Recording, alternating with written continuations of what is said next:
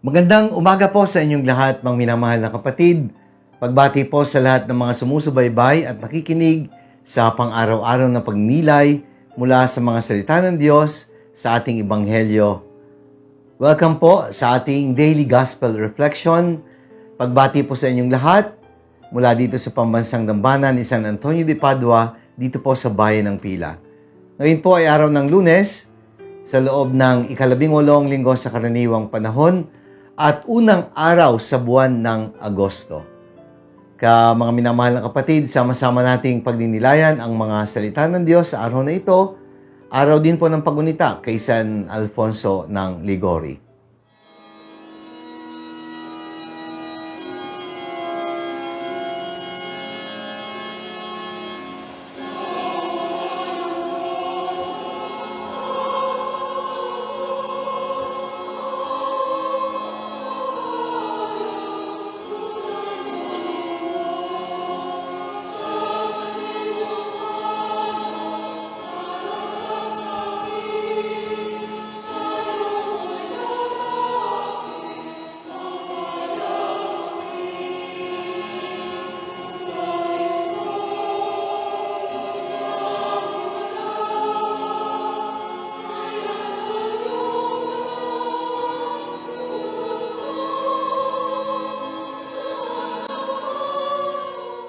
Mga kapatid, sa araw na ito, pagdinilayan natin ang pagbasa ng mabuting balita mula sa Ebanghelyo ayon kay San Mateo.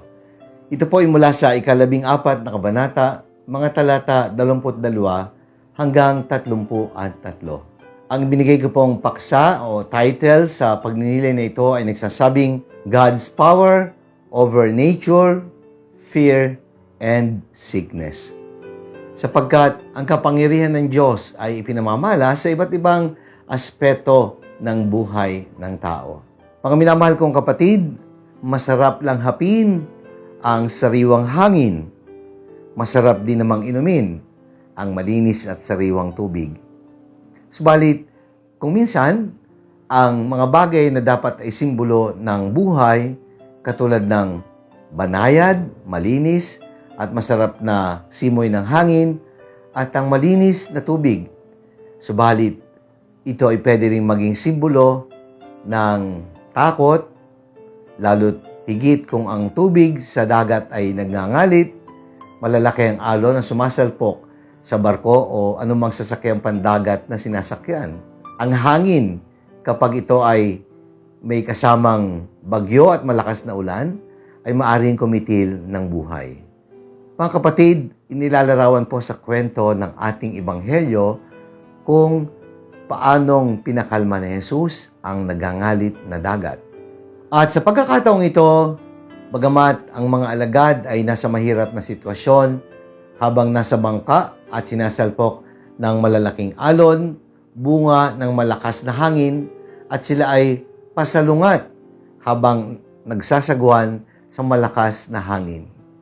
Dumating si Jesus, hindi lang para tulungan ang mga alagad, kundi para ipamalas ang kapangyarihan ng Diyos sa iba't ibang aspeto o larawan ng buhay.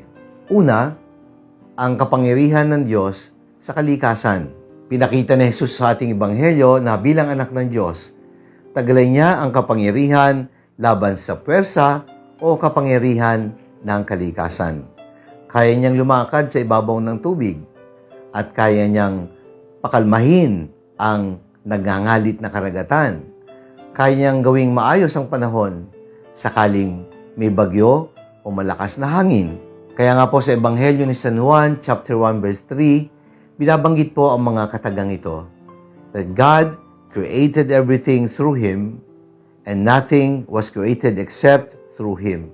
Sa pamamagitan niya, nilikha ang lahat ng bagay at walang bagay na hindi nalikha sa kanyang pamamagitan.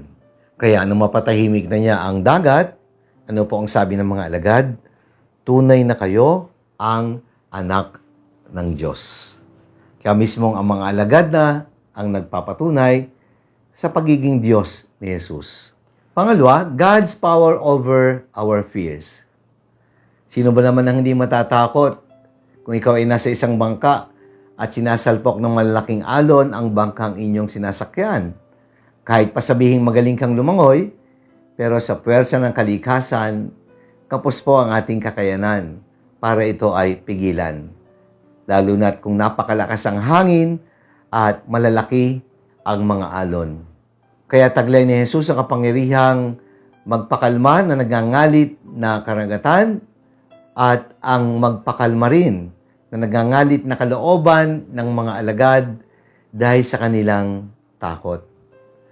Kaya sa ating mabuting balita, pinakita ng Panginoon na siya ay may kapangyarihan na pakalmahin ang ating nagngangalit na kalooban, ang ating nangihinang pananampalataya, ang magulong isip na tila walang kapayapaan, sapagkat walang bagay na hindi kayang gawin ang Diyos. Isa sa mga alagad, si Pedro, nang makita si Jesus, ay natakot, sapagkat akala niya ay isang multo ang naglalakad sa ibabaw ng tubig.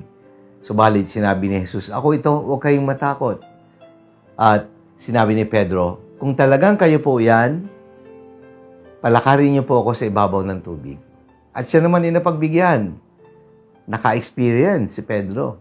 Pero nakakailang hakbang pa lang, unti-unti na po siyang lumubog, sapagkat napansin niya ang malaking alon at siya po ay natakot. Kaya ang nakita niya ay ang alon, hindi niya nakita si Jesus na nasa likod ng malalaking alon. Kuminsan, ganyan din tayo. Ang nakikita natin ay ang mga problema, subalit ang Diyos na nasa likod ng mga problema ay tila hindi natin napapansin because we are blinded by fear. Kaya nga po, hindi lang ang nagngangalit na karagatan, maging ang nagngangalit na kalooban dahil sa takot na nagpaliit sa pananampalataya ni Pedro, ang pinakalma ni Jesus. Kaya nang si Pedro po ay lumulubog na, sumigaw po siya, itinaas ang kanyang kamay at sinabing, "Tulungan niyo po ako." At nang hawakan ni Jesus ang mga kamay ni Pedro at siya ay may ahon, sabi ng Panginoon, napakaliit naman ng iyong pananampalataya, bakit ka nag-aalinlangan? Kaya mga kapatid, sa ating mga pusong punong-puno ng takot, dahil sa lakas ng mga suliraning maaring hinaharap natin, sumigaw lang tayo at hayaan nating hawakan ni Jesus ang ating mga kamay. Sabihin nating, "Tulungan niyo po ako." At si Jesus po ay mag-aabot ng kanyang kamay upang iahon tayo sa ating kahinaan ng pananampalataya at sa ating pusong punong-puno ng takot at pag-aalinlangan. Remember that faith is the only antidote of fear. The presence of fear does not mean that you have no faith. Fear visits everyone.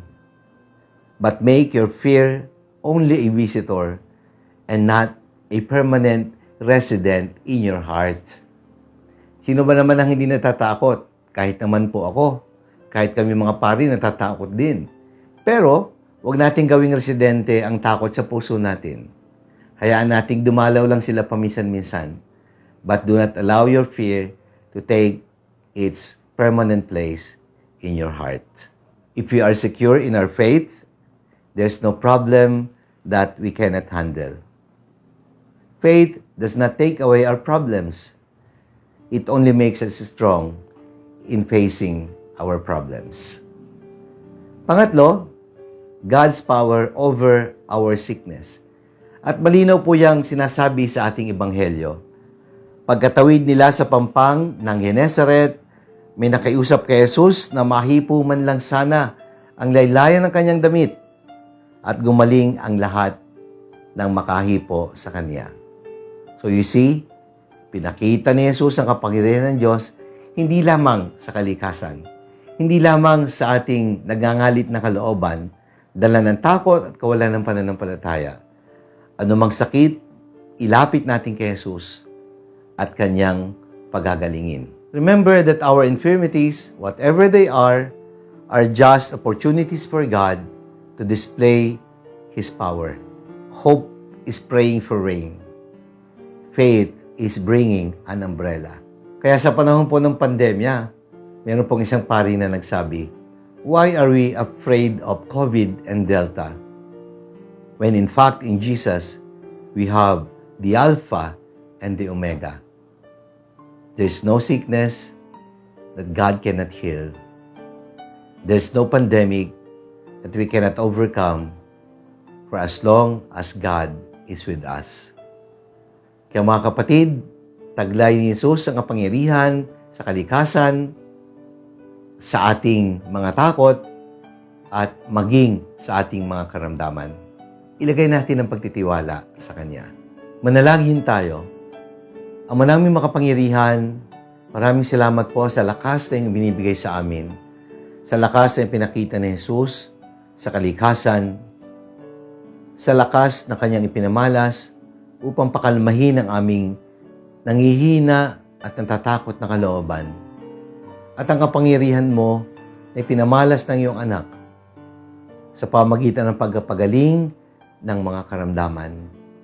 Tulungan po kaming palaging ilagay ang aming pagtitiwala sa iyo, sapagkat ikaw ang Diyos na aming sinasamba, sinasampalatayanan, at patuloy na inaasahan. Amen. Maraming salamat po mga minamahal na kapatid. Sana po nakatulong ang pagninilay na ito at inyong nagustuhan. Kung nagustuhan po ninyo, i-like po ninyo. Kung nakatulong, kung maaari lang po, ibahagi po natin at i-share. Let us fill the world with the message and power of God's words. Bukas po, araw ng Martes, araw ng debosyon kay San Antonio, at unang Martes sa buwan ng Agosto. Sana po, magkita-kita tayo, sakaling kayo po ay may panahon, sa pisikal na paraan man o sa virtual na pamamaraan sa pagdalo ng mga misa. Maraming salamat po sa lahat po ng mga tumutulong sa pambansang dambana ni San Antonio de Padua. At bukas po sa ganap na ikapito at kalahati, Martes, meron po tayong harana ni Kura. Panoorin niyo po at suportahan. Sa ika-6 ng Agosto, isasagawa po ang blessing and inauguration of the Chapel of the Relic of Saint Anthony. Magsisimula po ang pagdiriwang sa pamagitan ng misa, ika-9 at kalahati ng umaga, at isusunod po ang blessing at inauguration ng kapilya para sa relikya San Antonio de Padua. Muli, maraming salamat po sa inyo at pagpalain kayo ng makapangyarihan Diyos, Ama at ng Anak at ng Espiritu Santo. Amen.